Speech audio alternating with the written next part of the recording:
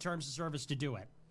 Banned on YouTube, banned on Twitch, banned on PayPal, banned on Stripe, banned from Bank of America, banned from Chase Bank, banned from US Bank, banned from Airbnb, banned from Delta Airlines, banned from CPAC, banned from Email Octopus, Authorize.net, banned from DLive, banned from Instagram, Facebook.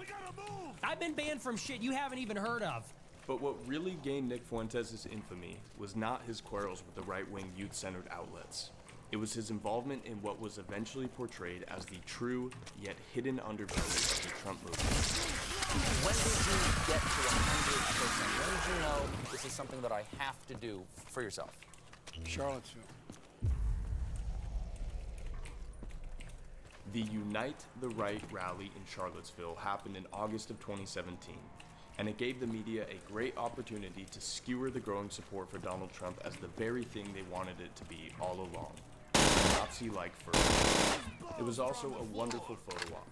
Nick was publicly scrutinized for the participation and damned as the worst thing you could possibly be, a white racist man. Having now been stripped from the mainstream track and Nick started uploading his show to YouTube in 2017. His viewership was not spectacular, but his following slowly grew over the next few years. He would soon garner what has been described as a cult-like following, and these followers are now widely known as Groypers. Nick left Boston University once his freshman year ended, and remained the right wing as he was harassed and publicly smeared as a Holocaust denier and anti-Semite. But the questions being asked were legitimate, and the dismissal was not an answer, and that is what it became so obvious that no one seems to want to give him an answer. And, you know, this is something that maybe has helped me explain my mindset. I'm waiting for someone to prove me wrong. I'm pushing on all these narratives, the foreign aid, the Iraq war, all of it, and I'm waiting for someone to tell me, here's all the evidence, the obvious evidence that it isn't all just a big thing. It's not just a big conspiracy. And I'm asking in good faith, where is that evidence? Cassie, my friend, and all the rest of them. And instead of getting an answer, I'm getting blocked, I'm getting tattled on, I'm getting clipped out of context, they're selling me out to the left, I'm getting called names. Even with the terrible news coverage, he persisted with a nightly show without any help from a single mainstream right-wing outlet. And he kept asking the questions on the subjects that no one else would touch. And I would even say that the Holocaust. When I hear these stories about gassing your own people, stealing, kidnapping hundreds of thousands of cutting babies' heads off, it reminds me of all the stories about the Holocaust. Do you even know them? They say about the Holocaust. I mean, everyone knows. I'm really thrilled about it. They say, do you believe that 6 million they used gas chambers? And do you believe that it was a systematic extermination of the Jewish people? Those are the three concrete claims about the Holocaust that they enforce. But did you know that claims have been made by Holocaust survivors at various times in history that go far beyond those three things?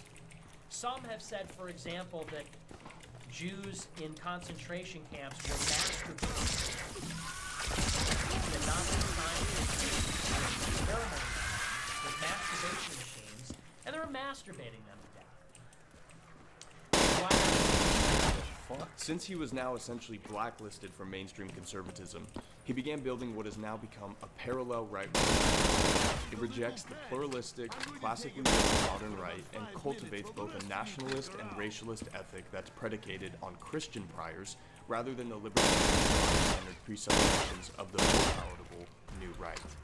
He even started his own annual event called AFPAC, this being a response to his banning from CPAC and Turning Point USA events.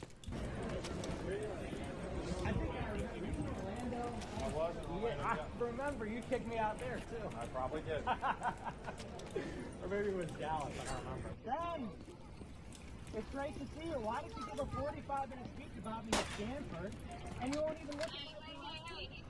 Come on, I'm right here.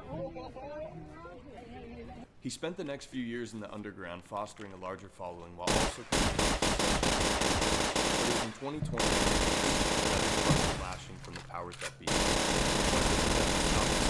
At the U.S. Capitol on January 6th, where he helped to stir up the crowd. And while he never entered the Capitol itself, that didn't stop the government from coming after him. The persecution then continued as Nick was permanently banned from YouTube and he was forced even deeper underground.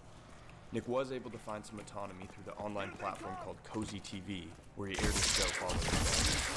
Once the free speech website Rumble increased in relevancy, Nick started uploading his America First episodes there. His following began to snowball, and as his prominence Ye, the artist formerly posted that he was in communication with Nick.